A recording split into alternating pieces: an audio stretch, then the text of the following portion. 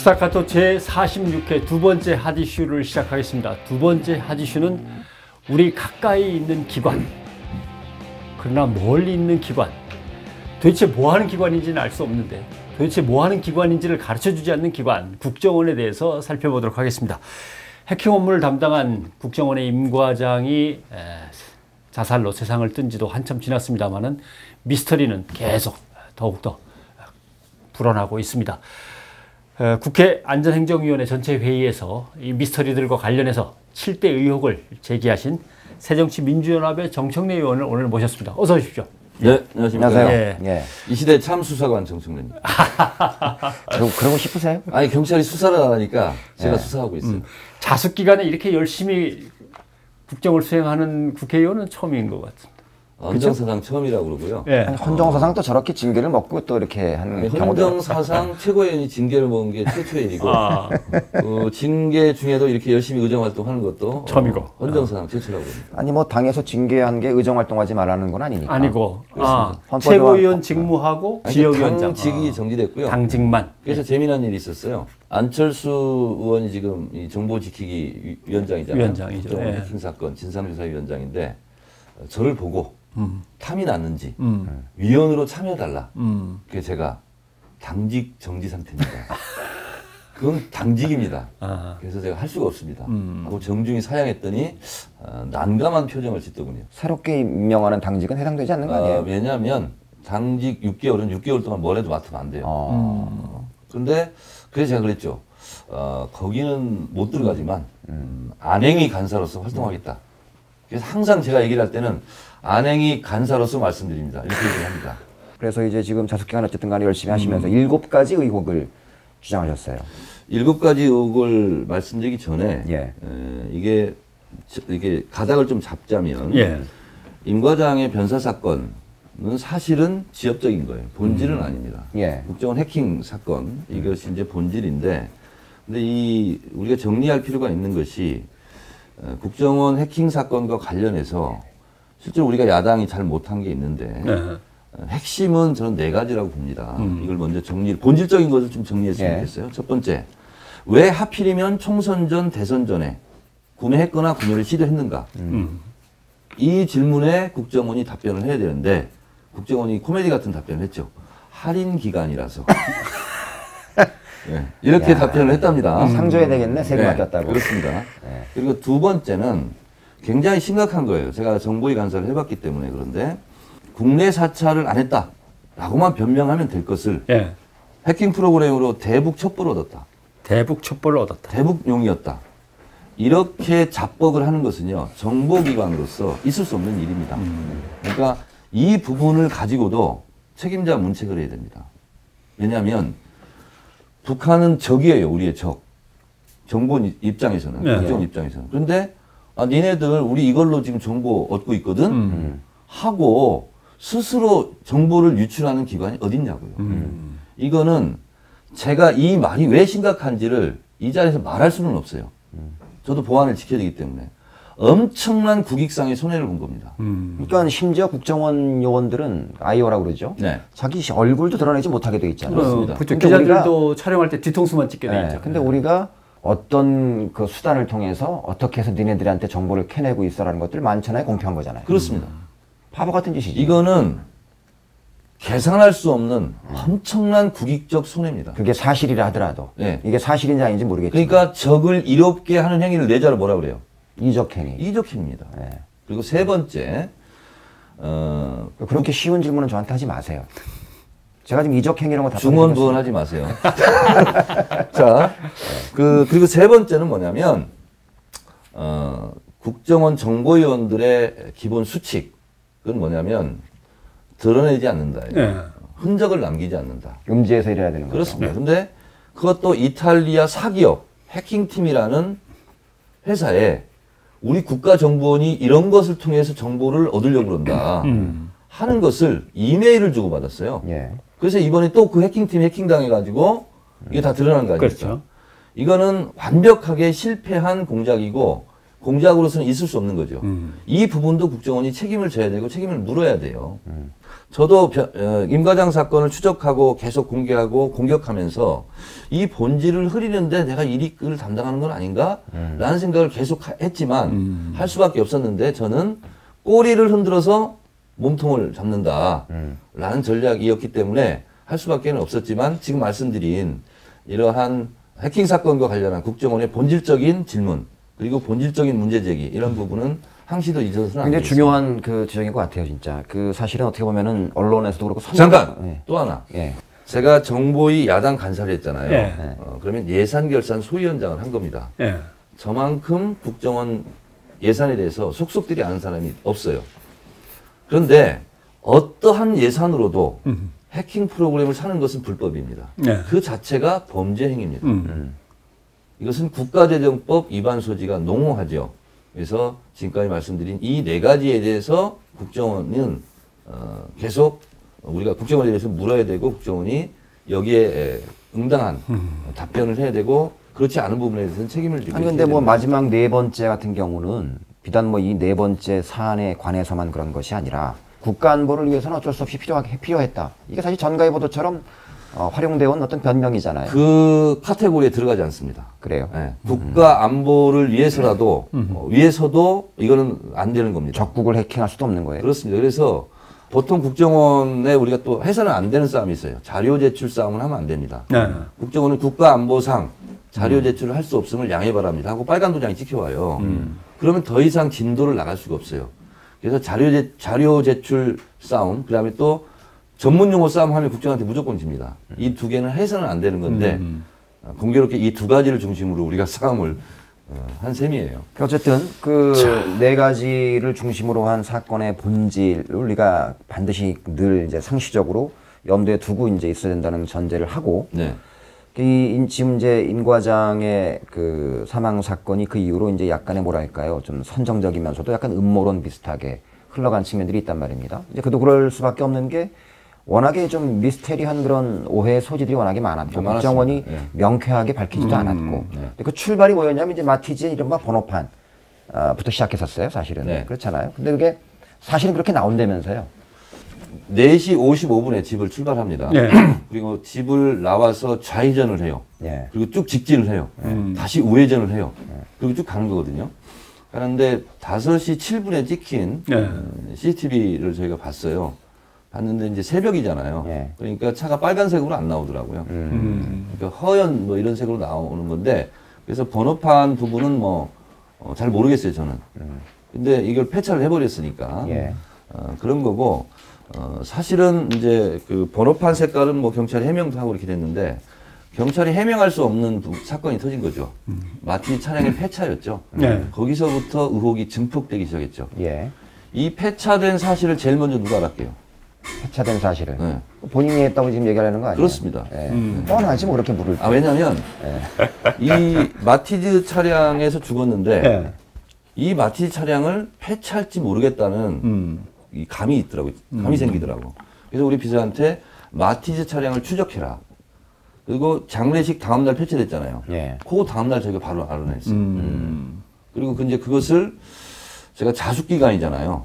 평상시 같으면 제가 그걸 가지고 대대적으로 기자회견도 하고 뭐 브리핑도 하고 했을 텐데 정청래가 자숙기간에 또 잘난 척 한다 이런 얘기 들을까봐 제가 바로 토스를 했어요. 당 지도부에. 했는데 당 지도부에서는 중에 한 분이죠. 누구라고 이름 공개하지 않겠어요. 근데 이런 걸 내가 얘기해야 되냐. 하고 2시간에 자기는 말하지 않겠다. 그래서 할 수 없이 제가 CBS를 찾으니 없어서 한겨레 기자에게 그냥 단독으로 줬죠. 실제로 강도 사건만 나도 포리스 라인을 설치하고 며칠을 놔두는데 이런 중차대한 사건의 핵심 물증인 차를 폐차시킨다는 건 참 과감한 짓인데 그러니까 거기에 안기부가 국정원이 개입했다는 증거는 잡으셨어요? 당연히 지금 이미 다 알려졌죠. 줘서 폐차시킨 게 아니라 그러니까 시켜라. 사망 당일날 저녁 때 차를 인계를 합니다. 네. 그리고 그 다음날 국정원과 10년 정도 거래한 타이업체 사장이 폐차를 의뢰하는 거죠. 국정원이 한 거죠. 국정원은 그러면 왜 그렇게 빨리 흔적을 지우려고 했을까요? 거기부터 시작합시다. 쑥 들어가서 결론을 내리면 경찰이 먼저 현장을 접수하고 장악해서 폴리스 라인을 치면 대단히 곤란한 상황이 국정원으로서는 발생하지 않았을까. 그 대단히 라는 곤란한 추측을 상황이라는 합니다. 것은 뭐냐면 저는 안행에서 얘기를 했어요. 예. 임 과장이 8시에 보통 출근을 합니다. 네. 그리고 그 전날 밤샘 근무했다고 자료를 제출했어요. 밤샘 근무인지 밤샘 취준지는 모르겠어요. 예. 근데 어쨌든 밤샘 근무를 했다고 그러고 집에 들어갔다가 그날 나오면서 바로 자살을 한 거죠. 혹시 곤란한 임 상황이 과장이 뭐냐, 곤란한 상황이라는 폭로 게. 문건이나 뭐 국정원으로서는 대단히 곤란한 것을 흔적을 남기고 예. 죽었으면 대단히 곤란하겠죠. 국정원으로서는. 그렇기 때문에 막말로 얘기하면 긴장 탔다. 결국 거기서부터 시작되는 이제 추론들이 그래서 부인한테 112로 신고하지 말고 119로 신고를 해라. 부터 시작을 해서 그 다음에 소방대원들이 도착하자마자 국정원 직원이 나타나서 소방대원들과 계속 협의를 했다든가 뭐 이런 얘기들이 이제 시작이 되는 거거든요. 그러니까 이것은 8시 40분에 국정원에서 정부에 답변한 것에 따르면 8시 40분에 국정원 제3차장, 3차장은 임 과장 소속 상관입니다. 네. 3차장이 119로 신고해라 라고 이제 부하 직원들한테 지시를 했다는 거예요. 그래서 제 생각은 이제 뭐 국정원과 이제 임 과장 부인이 통화를 했겠죠. 그래서 11시 10분에 네. 그 사망 지점 입구라고 할 수 있는, 새길 입구라고 할 수 있는 화산리 버스 정류장에 소방대원들이 11시 10분에 집결을 하는데 1분 후에 반바지 차림의 국정원 직원이 나타나는 거죠. 그러니까 소방대의 무전을 해킹했던가. 그렇죠. 이렇게 됐는데 보고에 의하면 소방대 보고에 의하면 임 과장 부인과 연락을 했다는 동료 직원이 나타났다. 이렇게 보고가 왔어요. 근데 이제 그 현장에 갔는데 그 뭐 소방대보다 먼저 누군가 왔다 가는 흔적들과 정황들이 있다면서요. 그거는 확정적으로 말할 수가 없는데 네. 어찌되었든 소방대가 위치 추적 화산리 34번지하고 발견된 산 77번지는 한 200m 정도 떨어져요. 그게 네. 외길이거든요. 예. 그러면 34번지는 산 77번지를 통해서 가는 거예요. 예. 외길이니까 34번지라고 GPS가 찍혔어요. GPS 값이 소방대. 그러면 화산리 버스 정류장에서 아무리 늦게 가도 15분이면 가요. 그러면 10시 40분경에는 발견했어야 되거든. 근데 어찌된 일인지 30분 차이가. 낚시터도 갔다가 800번지도 갔다가 그래서 경찰도 헷갈려가지고 현장에 소방대보다 50분 늦게 도착하거든요. 예. 그럼 이것은 교란 작전 아니었을까? 그러니까는 라고 그 의심하는 아까 거죠. 말씀하신 곤란한 상황이라는 그 단어와 연결돼서 네. 이를테면 임 과장이 뭔가 내 죽음을 통해서 흡사곡 성완종 씨가 그랬던 것처럼 뭔가를 좀 내가 왜냐하면은 일단은 지금 이 시작은 해킹 프로그램을 구입한 것도 사실이고 뭐 이렇게 국정원에서 모르는 사람이 그 해당 부서의 상관들은 모르는 사람도 없었을 테고 그걸 독박을 씌우려고 한 거 아니에요 사실은 어떻게 보면은. 그러니까 이 사람은 계속 특별 감사를 받고 취조를 받으면서 내가 거부할 수 없는 그 독박을 쓰겠구나. 이래서 이제 국정원에 나름대로 화가 나고 원한을 살 수도 있겠고. 그렇습니다. 그래서 나간 다음에 이제 실종이 되고 그랬으니까는 죽음을 택하러 간 것 같다는 판단을 국정원이 했을 때 이건 뭔가 폭로 문건이라든지 뭐 자료라든지 이런 것들을 갖고 나갈 수 있지 않았을까. 국정원에서는 그 부분을 긴장했을 거라고 저는 추론합니다. 예. 그래서 국정원이 그렇게 임 과장의 위치를 찾으려고 하지 않았을까. 왜냐하면 10시가 감찰 시간이거든요. 예. 그리고 8시에 출근해야 되는데 출근을 안 했어요. 그렇다면 국정원으로서는 당연히 그때부터 이제 그렇습니다. 발톱불이 떨어져서 네. 부인하고 수시로 연락을 하면서 모든 사항은 국정원에 빨리빨리 얘기를 해달라 또는 이렇게 해라 지시도 하고 오락가락 그러니까 했겠군요. 저는 이제 거기에서 이제 우리가 한번 추측할 수 있는 게 국정원이라는 데가 이제 물론 국가정보기관이기 때문에 출퇴근 이런 것들이 아주 뭐 칼 같겠죠. 그래야 되는 것이고 8시에 출근할 사람이 출근을 2시간 동안 안 했으니까는 그건 당연히 이제 문제가 있다고 보는 건데 그러나 그래도 2시간 정도 평소 같으면 평소에 그냥 그 사람이 이런 상황이 발생하지 않았을 때 그랬을 때도 119에 신고하고 이러지는 않았을 거 아니냐. 분명히 제가 볼 때는 추측컨대 정말 심하게 이 사람한테 프레셔를 줬거나 누가 봐도 우리가 얘는 이 사람은 조금만 저기 빗나갈 마음을 먹으면 큰일 날 수도 있겠다라는 자기 나름대로의 어떤 그 국정원 내부에 염려를 할 만큼의 압박과 또는 억울한 점과 이런 상황들을 좀 연출해 나간 것이 아니냐. 근데 이제 조금 한 발 더 나가서 추측을 해보면 예. 112 신고와 119 신고를 구분해 볼 필요가 있거든요. 119는 재난 구조입니다. 재난 구조. 네. 그리고 112는 실종 신고예요. 위치 추적은 112의 업무입니다. 예.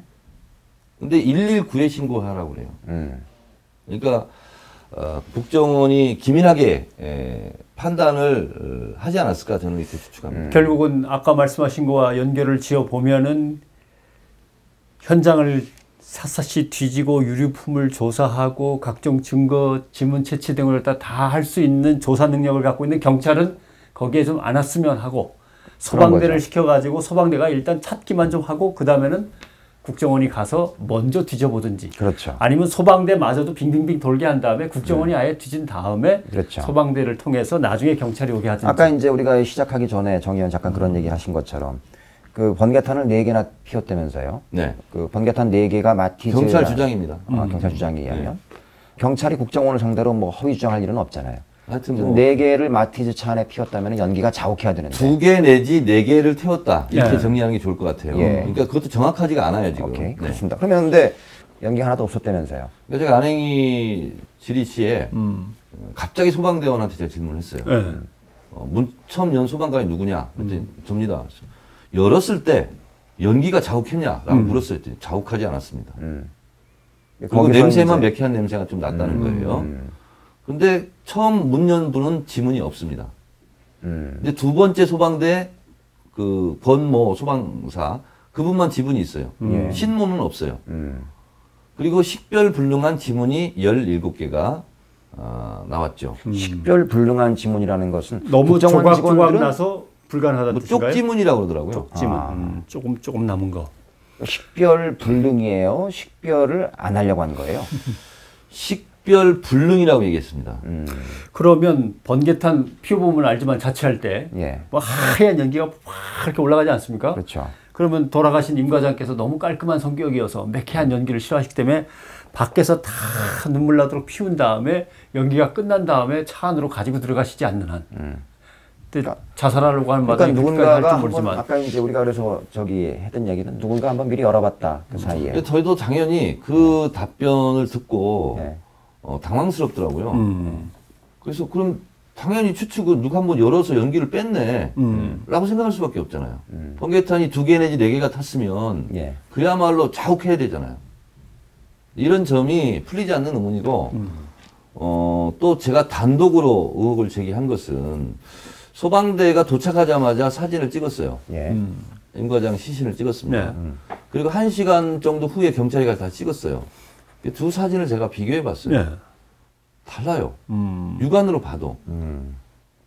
그래서 저는 참 고의 다르다는 것은 위치 변경이 좀 있었다. 위치 변경은 아니고 예. 시신의 자세가 좀 다릅니다. 그 얘기는 몸을 누군가 뭐 저기 건드렸나? 만졌다니 뭐 그래서 제가 좀 뒤져봤다. 의혹 제기를 했어요. 처음에는 소방대에 찍은 거는 운전석에서 이렇게 기울어서 예. 찍었는데 차량을 열고 찍었는데 얼굴이 잘 안 보입니다. 예. 깊숙이 이렇게 뭐랄까 좀 쓰러져가지고. 거의 이렇게 비스듬히 쓰러졌군요. 예.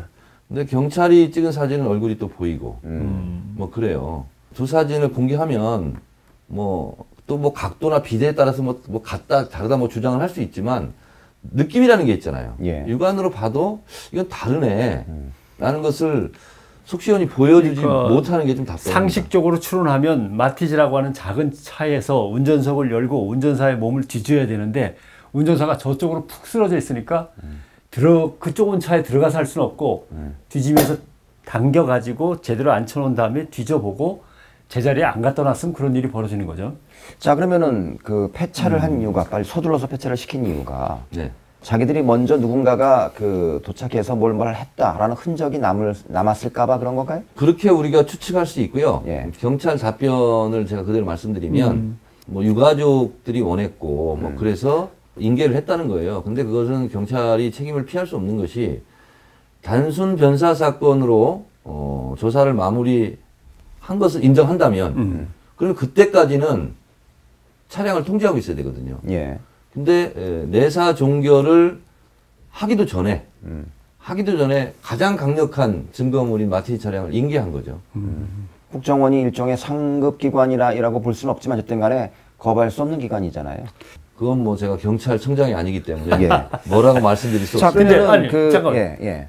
요 부분에서 이제 임과장 사건의 가장 본질적인 거 하나. 국가의 근간을 뒤흔드는 엄청난 비리일 수도 있고 그런 점에서 지탄을 받고 있고 의혹을 받고 있고 의심을 사고 있는 국정원이 스스로 이해 당사자임에도 불구하고 사건의 피의자일 수도 있는데 이 사건 곳곳에 이렇게 개입하는 것 자체는 안 되는 거 아닙니까? 그죠? 그러니까 경찰이나 예. 소방의 입장에서는 뭐 국정원의 어떤 뭐 그런 힘, 뭐 이런 부분에 뭐 딸려 다녔다고 볼 수 있는 거죠. 그리고 저는 경찰한테 얘기했어요. 가장 먼저 현장에 도착해서 폴리스 라인 치고 통제하고 수사를 해야 될 경찰이 국정원한테 따돌림 당한 거 아니냐, 배제당한 거 아니냐 했더니 뭐 배제당하지는 않았다라는 거고, 또 하나는 10시 26분에 임 과장의 부인이 동백 파출소 5.5km 떨어져 있습니다. 집하고 바로 옆에 경기 동부경찰서가 있는데, 경찰서가 바로 옆에 있는데. 예, 동부경찰서가 있는데 어쨌든 26분에 통화를 합니다. 그리고 신고 절차를 밟아요. 112에 전화를 끊고 3분 후에 다시 취소를 합니다. 그리고 1시간쯤 후에 11시 27분에 그 취소된 거 맞아요? 취소 안 된 거 같은데 하고 또 확인 취소 전화를. 확인까지. 근데 일반인은 112 신고가 취소됐는지 아닌지 알 수가 없죠. 네. 근데 취소가 안 된 것 같다고 전화를 다시 해요. 취소 확인. 그리고 11시 51분에 다시 재신고를 합니다. 우리 남편 찾아달라고. 그래서 제가 이렇게 신고했다가 취소 확인하고 다시 재신고하는 경우가 있냐. 경찰청장의 답변은 일반적으로 흔한 현상은 아닙니다. 이렇게 답변을 한 것은 그런 상황은 없다는 거죠. 그러니까 우리가 이제 그 보통 보면은 이제 정보기관이 어떻게 움직이고 정보기관에서 나중에 이제 골칫거리가 될 인물들을 어떻게 처리하고 이런 것들은 대부분 이제 드라마를 통해서 추측할 수밖에 없어요. 그렇죠. 특히 이제 우리가 미드 이런 거 많이 본 사람들은 이제 대충 알 텐데 불필요해진다든지 너무 많은 비밀을 알고 있어서 또는 뭐 좀 위험한 사건에 연루됐는데 희생양을 하나 만들어야 된다든지 이랬을 때 이제 그 이후부터는 그 사람은 요주 인물이 돼서 그 사람의 모든 것들을 도청하고 감청하고 해킹하고 미행하고 이런단 말이죠. 행적을. 근데 사실은 그랬을 가능성도 매우 크다는 거 아니에요. 지금 볼 때는. 라고 정황으로 봤을 때. 뭐라고 말할 수는 없지만 예. 정확하게 확정적으로 예. 그런 말을 하는 거에 대해서 예. 일정 정도 동의감을 표현하지 않을 수 없다는 생각이 불현듯 스쳐 지나가기도 합니다. 예. 자숙 모드라는 것은 아주 지금 제대로. 예. 제가 지금 경고 먹고 자숙 기간이에요. 아니 뭐 저는 그 부분에 대해서 그 애매모호하지만 매우 심증이 강하게 느껴지는 그 답변에 대해서 충분히 그 취지에 공감합니다. 네. 그리고 그 처지도 이해합니다. 네. 어쨌든 자 그렇다면 그 이 사건이 일단은 여러 사람들이 지금 뭐 그 툭툭 의문을 던지는 것처럼 아직도 보면은 저 휴가지에서 이제 가끔 이렇게 SNS를 접속을 하면은 유병원과 임 과장은 어딘가에서 만나서 서로 웃으면서 뭐 이런 분들도 계세요. 사실은 이제 그런 것들은 웃기는 얘기다. 네. 결론적으로 결론으로 되겠죠. 임 과장이 이제 4시 55분에 집을 나와서 예. 사실은 사망 지점까지 한 25분 거리면 갈 수 있는 거리인데 1시간을 지그재그로 계속 왔다 갔다 하면서 소위 말하는 자살용품을 사요. 예. 그리고 그 슈퍼마켓이나 이런 데 보면 CCTV에 찍혀 있는 임 과장이 맞아요. 되게. 예. 네. 이게 이제 동일 인물인 건 맞는 것 같아요. 그래서 그런데 이제 자꾸 왜 이런 억측과 이런 의혹들이 불필요한 의혹들이 생기냐면 너무 미스테리한 부분이 많은 거예요. 왜 소방은 거기가 이 핸드폰이 안 터지는 지역이에요. 예. 제가 실험을 해봤어요. 그러면 당연히 무전으로 해야 되거든요. 무전이 안 통하는 데는 없어요.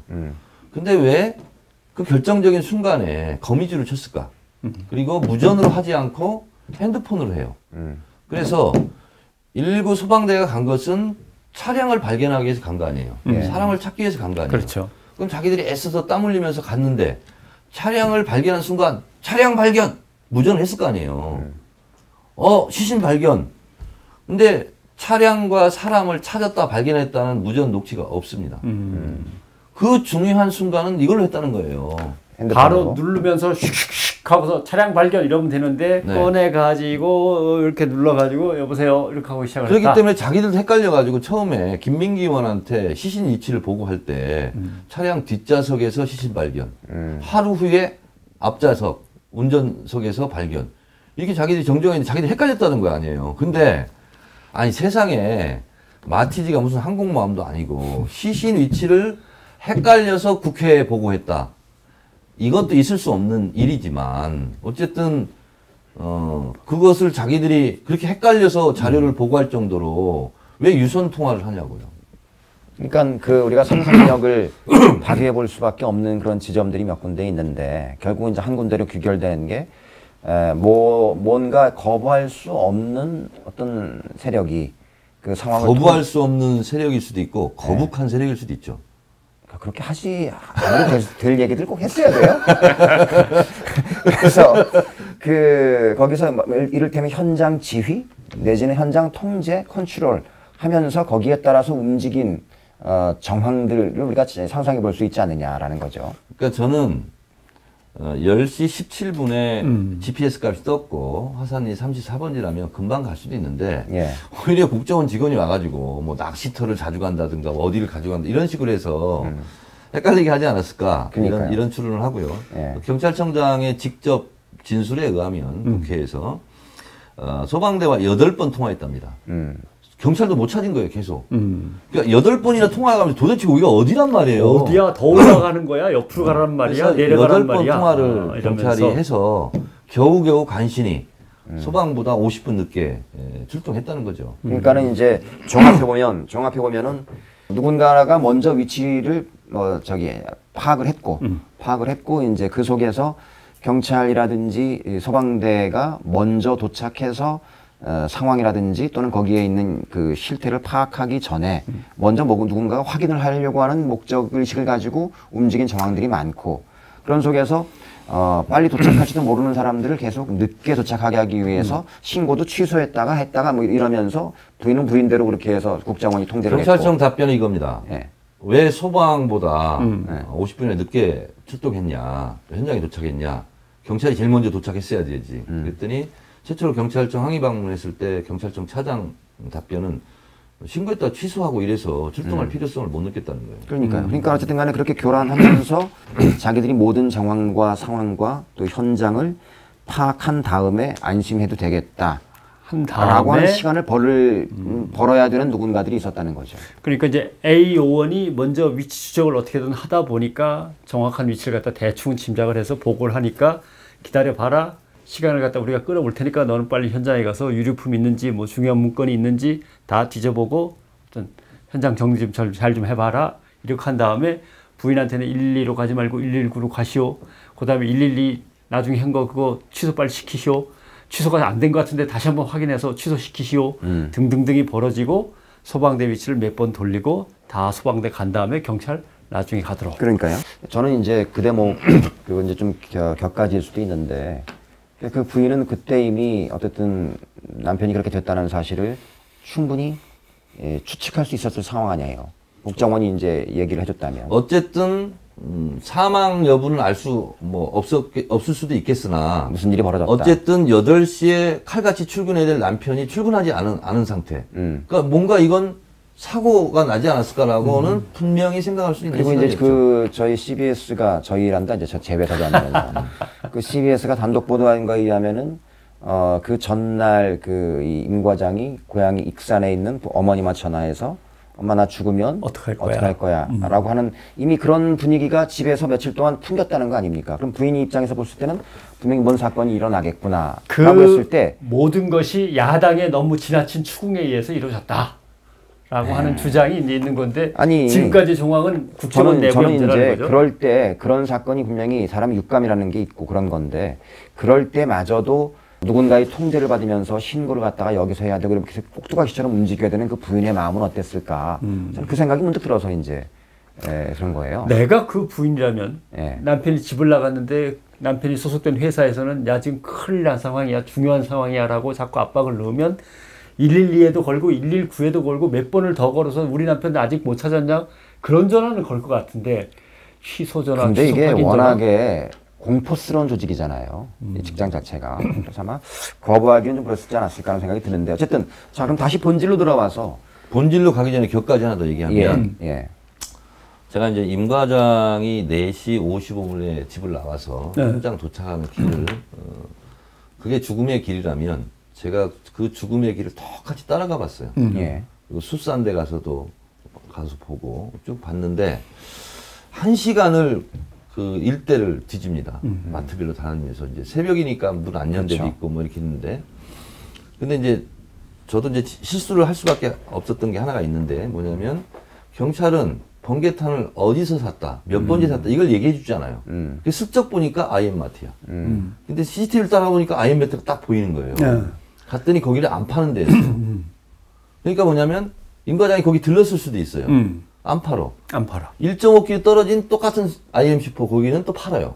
거기까지 가서 산 거예요. 그리고 다시 CCTV가 나오는데 그게 4분 정도 걸리는데 충분히 나올 수 있는 거리죠. 그 일대를 지그재그로 왔다 갔다 하면서 뒤지거든요. 그게 1시간 정도 되는 것 같아요. 예. 그 심정이 어땠을까? 그러니까. 예. 예. 그리고 화산리 버스 정류장 샛길로 올라가는 거거든요. 그 올라가는 게 굉장히 비좁은 길이에요. 예. 그걸 타고 쭉 올라갑니다.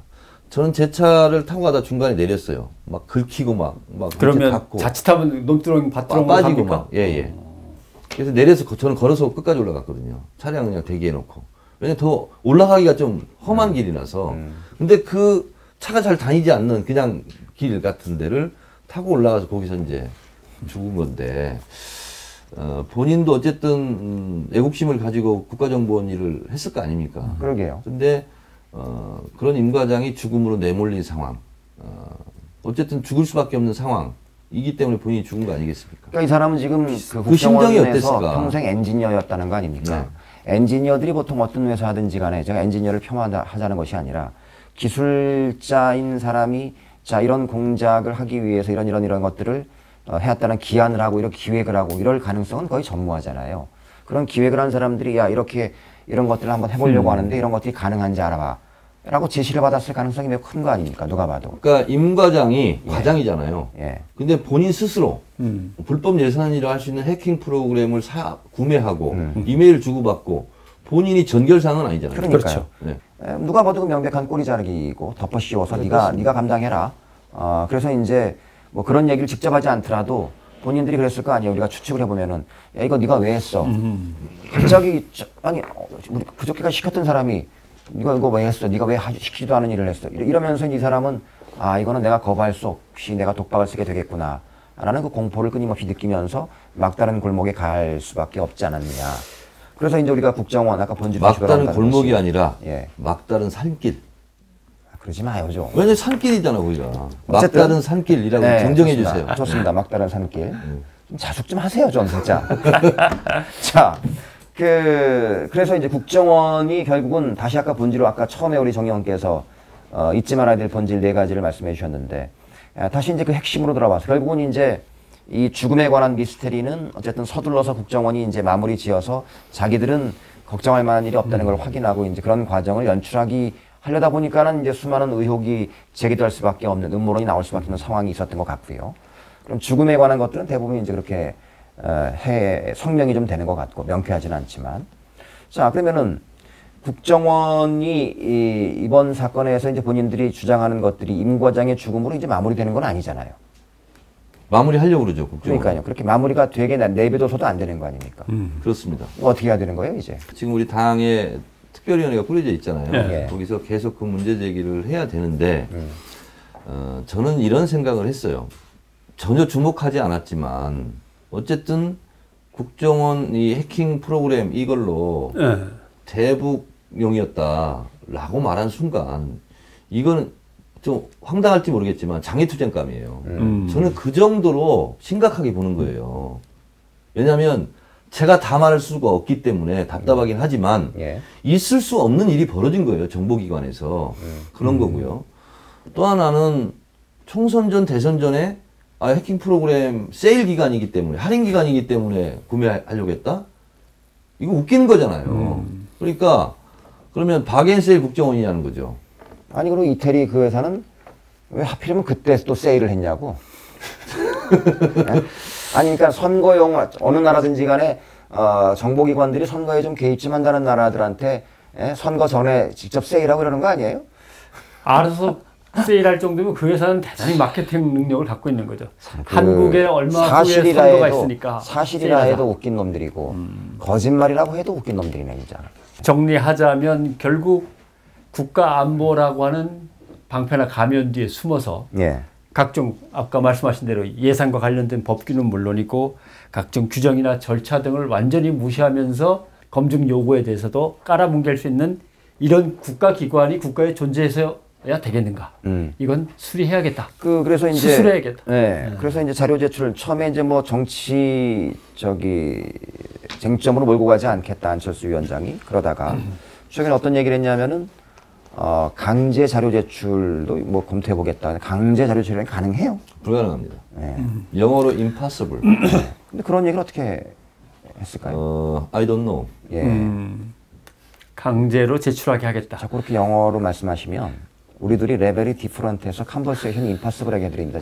제가 학생운동하다가 영어의 몸이 된 적이 있어요. 그만합시다. 네. 이거 번외편으로 따라하면 나는 지금 입에서 자숙, 완숙, 반숙이지 왔다 갔다 있고. 아니 근데 그러면은 그냥 국정원한테 요구만 하고 우리는 요구했다. 뭐 사실 야당이 대한민국 국정원 이렇게 개겨버리면 실제로 할 수 있는 것들은 거의 없는 구조 아닙니까? 그러니까요. 국정원 댓글 사건을 가만히 한번 생각해 보세요. 예. 실제로 내부자의 공익적 제보가 없으면 국정원 내부를 들여다보기가 상당히 어렵습니다. 국회 정보위원들은 쪼각쪼각 맞추는 거거든요. 국정원이 물어봤을 때 답변하는 태도라든가 답변 팩트 이걸 쪼각쪼각 맞춰가지고 하나의 스토리, 풀 스토리를 이제 연결하는 거거든요. 예. 굉장히 기민하고 순발력이 있어야 됩니다. 정보위원들은. 근데 지금 이제 그럴 만한 어떤 뭐랄까요 성과 이런 것들은 애초부터 사실은 기대하기가 난망했던 그런 사건이었던 것 같고 뭐 그 안철수 위원장 탓으로 돌리기도 좀 애매하고 사실은 누구 탓으로 개인의 탓으로 돌리기보다는 네. 어쨌든 구조적 문제가 있는 거죠. 그러니까요. 네. 자 국정원은 그럼 어떻게 해야 돼요? 이거. 국정원을 없애자고 하는 사람들은 그 뭐 박근혜 대통령 같은 해법인 거고. 국정원은 없애면 안 됩니다. 그러니까요. 예, 실제로 제가 예산 배정을 하면서 예산 편성을 새롭게 세팅도 가지고 막 이렇게 했는데 대테러, 예. 대공, 대북, 산업 스파이 뭐 이런 부분에 대해서 반드시 있어야 됩니다. 근데 문제는 뭐냐면 자꾸 국내 정치, 국내 민간인 사찰 이쪽에 자꾸 기웃기웃거리니까 정작 국정원에게 아까 얘기한 대테러, 대공 뭐 이런 부분에 권한을 더 부여해줘야 되는데 그걸 못하고 있는 거예요. 그것도 국익적 손해입니다. 사실 그래서 우리가 참여정부 때 보면은 국정원에 이제 힘을 좀 많이 빼려고 일부러 그렇게 해서 이제 국내 업무는 절대 하지 마라. 국내인들을 대상으로 한 작전은 못하게 돼 이렇게 했었는데 어느 순간 이제 뭐 유야무야 돼버렸고 결국 이제 이렇게 선거에까지 관여하게 되는 그런 만행을 저지르는 이 꼬락선 우리가 지금 보고 있는데 말이죠. 자, 그러면 국정원은 뭐 어쨌든 셀프 개혁이라는 것들은 뭐 국정원이든 어디든 셀프 개혁이라는 것들은 사실은 뭐 어디든지 간에 기대가 난망한 것이고 지금 국정원 개혁과 사이버 역량 강화를 위한 토론회를 당에서 열기로 하고 국정원장 임명할 때 국회 동의를 받게 하고 국정원도 감사원 등 외부기관에 감사를 받도록 하는 방안을 추진하겠다. 이렇게 지금 당에서 아마 입장을 밝힌 것 같아요. 실현 가능성이 있을까요? 국정원을 감사원을 통해서 감사를 받게 하겠다 예. 하는 것은 불가능합니다. 좀 순진한 발상 아닙니까? 네, 불가능하죠. 예. 네. 정말 정보기관으로서 예. 보안을 지켜야 될 부분이 있어요. 그렇겠죠. 근데 그걸 감사원이 들어가서 다 들여다본다. 그거는 저는 정보기관에 대한 몰이해라고 예를 들면 생각해요. 영국의 MI6나 미국의 CIA가 감사원 감사를 갖다 늘 받고 지낸다라고 생각하면 말이 그건 안 한번 되죠. 알아봐야 되겠는데. 그건 과도한 주장이에요. 예. 그러니까 저희가 예산을 이렇게 보낼 때도 보좌관도 배석을 안 합니다. 그리고 예산 관련 국정원 직원하고 저하고 한 장 한 장 넘겨가면서 제가 보는 거거든요. 그리고 제가 이제 궁금한 거 물어요. 네. 물으면 답변을 하고 그리고 저는 이제 그 보안을 지켜주고 이런 거거든요. 국정원이 분명히 외부로 나가서는 안 되는 예산, 안 되는 활동들이 많이 있습니다. 당연히 그렇겠죠. 근데 그걸 감사원을 통해서 감사를 시키겠다. 정말 안 감사한 일이죠. 이렇게 배려해주는 야당 의원이 계신데 그렇습니다. 말이야. 그러니까요. 그러니까 제대로만 하면 얼마나 좋아요. 얼마나 열심히 사실은. 하면은 아니, 좋은 뭐 일을 많이 하겠어요. 야당이 그 여당을 망하게 저주하는 역할을 하는 건 아니잖아요. 국가의 여러 기관들이 잘 되게 만들어주는 거 아닙니까? 기본적으로 집권했을 때 누구든지 간에 국익에 도움되게끔 활동하게끔 만들어주는 그런 역할인데 어쨌든 이제 뭐 이 사건들은 그럼 대부분 우리가 좀 어느 정도 이제 짚었던 것 같고 당 얘기를 좀 한번 해봐야 될 것 같아요. 당직이 정지됐기 때문에 당직을 당에 대해서 말하는 것은 매우 곤란합니다. 좋습니다. 그러면서 제가 요거 하나는 제가 좀 요청을 드리려고 했었는데 한데 뭐 셀프 디스라는 걸 하더군요. 그 당이. 아니 저는 그 뭐 셀프 디스가 뭐 사실은 알고 봐야 셀프 디스지 알고 보면 다 자기 자랑이던데. 그거 한번 하라고 했으면 정말 잘했을 거예요. 야, 내가 이걸 제대로 한번 해야지라고 또 얼마나 또 고심을 하셨을까. 아니 뭐냐면 제가 하는 순간 다른 부분이 다 묻히기 때문에 그게 또 해당행위더라고. 그래서 셀프 디스마저 지금 못하고 있는 디스한 상황이에요. 참 우리가 이 어쨌든 아니 근데 사실 저는 그 저기 뭐냐 우리가 본인한테 이런 말 여쭤보는 게 좀 그렇지만 그 왜 자꾸 탈당한다 해놓고 탈당 안 하는 게 그거는 사실은 뭐 본인은 굉장히 모욕감을 느끼고 남들이 볼 때는 아이고 참 이럴 수 있겠지만 그 오히려 그보다 훨씬 더 심한 발언들이 뭐 당에 있는 의원들을 세작이라고 표현한다든지 이런 분들보다 2배 지금 징계를 받으셨어요. 억울하진 않으세요? 저는요 징계가 내일 돼요. 5월 26일. 근데 5월 25일 갑자기 스피노자가 생각이 났어. 내일 지구가 멸망할지라도 난 한 그루의 사과나무를 심겠다. 내일 지구가 멸망할지라도 나는 오늘 사과를 해야 되겠다가 아니에요? 사과나무를 심은 거예요? 그래서 나는 내일 중징계가 내려질지라도 나는 오이를 심겠다. 그래서 오이를 심었어요. 오이를 심은 이유는 심고 한 달 만에 수확이 가능해. 따고 또 수확할 수도 있어. 그렇죠. 그래서 오이는 한 달인데 징계는 6개월로 결정이 됐죠. 이 사과나무를 심지 않은 이유가 있어. 사과는 한 3, 4년 걸려. 그래서 사과나무를 심을 수가 없었어요. 참 무지하게 어렵다 오늘. 그러니까 정말. 자 오늘 완숙 상태의 정청래 의원을 모시고 아니 근질근질해서 어떻게 살아요? 그래가지고. 아니 그 심정 알아요? 제가 19대 국회에 들어서요. 조중동에서 저를 언급한 횟수를 계산해 봤어요. 3,385번을 언급했더구만요. 그러니까 3,385. 예. 그러니까 재방송 이런 건 다 빼고요. 그래 계산해 봤더니 조중동에서 매일 3번씩 저희 이름을 언급했어요. 이야. 계산하면 그렇게 나오는 거. 뭐 좋은 거 아니에요? 자기 보고 말고는 뭐 방송 시간에 나오는 거 좋은 거라면서요. 조중동에 대해서 내가 또 공격도 그 정도 했을 거야. 근데 47일간 제가 SNS를 안 했답니다. 그러니까 저로서는 가장 큰 형벌을 받은 거죠. 47일간 침묵. 이야, 47일간 단식한 것보다 힘든 거 그러니까 아니에요? 김갑수가 30일 정도 말을 안 하고 살았다. 어떻게 되겠어요? 내가 30일 한 거보다 저하고 우리 정청래 의원하고 둘이 앉혀놓으면 저보다 말 한 3배는 더 하거든요. 그러니까 그거를 그렇게 비하면 실감이 안 나는 거예요. 그건 뭐라 그럴까? 47일 동안 47일간 안 했대. SNS를. 아무튼 오늘 정청래 의원을 모시고 확인한 것은 역시 세상에는 먹이 사슬이라는 게 라고 하는 것도 발견했고 나중에 완숙 상태가 아니라 날달걀 상태에서 생계란 상태에서 한번 재미나게 한번 다시 한번 징계가 풀리면 징계 풀리면 우리 둘이 한번 서로가 윤리 심판을 한번 해봅시다. 계급장 띄고 한번 윤리 심판 달려보는. 김갑수 씨가요 윤리적으로 아무 문제가 없는 사람이에요. 본인은 그렇게 주장해요. 자 오늘 아무래도 국정원이라고 하는 국가적으로 상당히 중요하고도 심각한 상황에 와 있다라고 하는 걸 다시 한번 확인했고요. 피의자의 신분으로서도 그렇게 현장을 뛰어다니면서 경찰을 따돌리고 했던 여러 가지 시도에 대해서도 울분과 함께 그러나 그것을 밝혀내고 접근하기조차 어려운 이러한 구조적인 모순에 우리가 지금 왜곡된 구조에 빠져 있다는 것도 확인하면서 국정원 셀프 개혁이 아닌 강력한 국민의힘에 대한 국정원 개혁을 목표로 해서 매진할 것을 한번 결의를 다지면서 이 시간을 마쳐야 될 것 같습니다. 그 마치기 전에 제가 한마디만 죄송합니다. 이거는 이제 뭐냐면 우리가 저기 오늘 그거 방송을 녹음하면서 우리 임 과장이 죽음을 다뤘잖아요. 사실 우리가 조금 뭐 이렇게 분위기에 좀 어울리지 않는 그런 것도 있을 수도 있으니까 어쨌든 간에 우리가 삼가 고인의 명복을 빌어주면서 마무리 쳤으면 좋겠습니다. 좋습니다.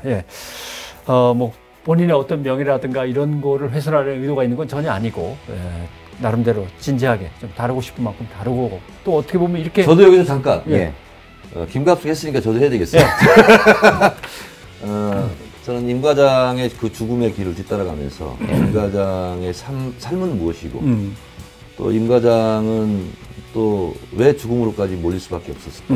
그리고 임 과장의 그 고뇌 그리고 그 슈퍼를 왔다 갔다 했을 때의 임 과장의 심정 이런 것을 생각해 봤어요. 예.